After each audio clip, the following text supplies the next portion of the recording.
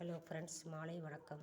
விளக்கேற்றி சாமி கும்பிட்டுருக்குறோம். காமாட்சி அம்மனுக்கு விளக்கேற்றி தினம் சாமி கும்பிட்றோம். அந்த சாமி கும்பிட்ற எல்லா மக்களும் எல்லா வளமும் நலமும் பெற்று சீரும் சிறப்புமாக வாழணும் சாமி.